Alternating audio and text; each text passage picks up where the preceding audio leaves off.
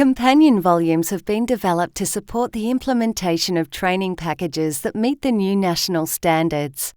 Both the community services and health training packages are supported by suites of companion volumes. Both training packages have an implementation guide, which includes overview information about the entire training package, including a list of all units, skill sets, and qualifications in the training package. They include information about equivalence with units and qualifications from previous training packages. In these guides, you'll find all sorts of key information for RTOs, information about pathways and occupational outcomes and entry requirements, information about mandatory work experience or placements, legal considerations, and a whole lot more. Then there are learning strategies guides that describe ways of delivering training to different groups of learners.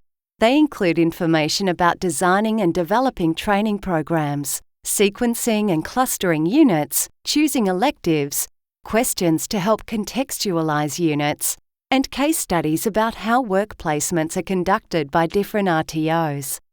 Let's look at a sample case study from one of these guides. There are common units in the Certificate 3 and Diploma of Early Childhood Education and Care, so one RTO plans to deliver the common units to the same group, then divide the group depending on their needs. Is that an idea that you could adapt at your RTO? Use the ideas in the Learning Strategies Guide to help design engaging programs to suit the needs of the context in which you work and to ensure that you deliver quality training programs. The Knowledge Guides identify knowledge requirements of the units of competency, information about potential training resources, and links to useful information. It's very important that you use the glossaries in these guides. That's where you'll find the definitions of terms used in units. There's also information about where to find resources that are referred to in units of competency. For example, the Australian Guide to Healthy Eating is referred to in units such as Promote and Provide Healthy Food and Drinks. The Knowledge Guide provides a link to important documents. Make sure they become part of the training and assessment that you deliver. There is also information about relevant state and territory laws and regulations for different sectors, so you don't need to go hunting for that sort of information for yourself. So the Knowledge Guides will help clarify the knowledge evidence referred to in assessment requirements and help clarify what should be assessed. The Assessment Strategies Guides include information about the assessment requirements from units and suggestions for how assessment can be carried out. There's also information about good practice in assessment, just to refresh your knowledge about the essential principles that must underpin all assessment.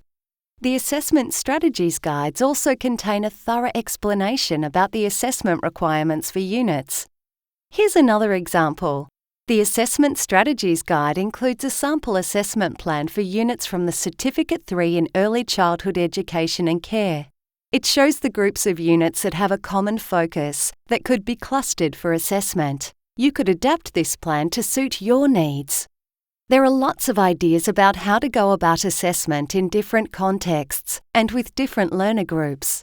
The ideas are intended to offer options for you to consider for your own practice, to ensure that you deliver quality assessment that meets standards that industry can rely on. The final companion volume to mention is the Foundation Skills Guide, developed for the Community Services Training Package that provides guidance about ways to develop foundation skills of learners. This companion volume has information about foundation skills in units and assessment requirements, about the ACSF levels of units, about how to find out what foundation skills you should address in your training delivery, and all sorts of case studies about how trainers dealt with different foundation skills needs. You're sure to pick up some strategies that you will be able to use in your practice. Take some time to have a good look through these companion volumes and use the information they include. Using the information will help build training and assessment programs that meet the needs of industry and the needs of your learners.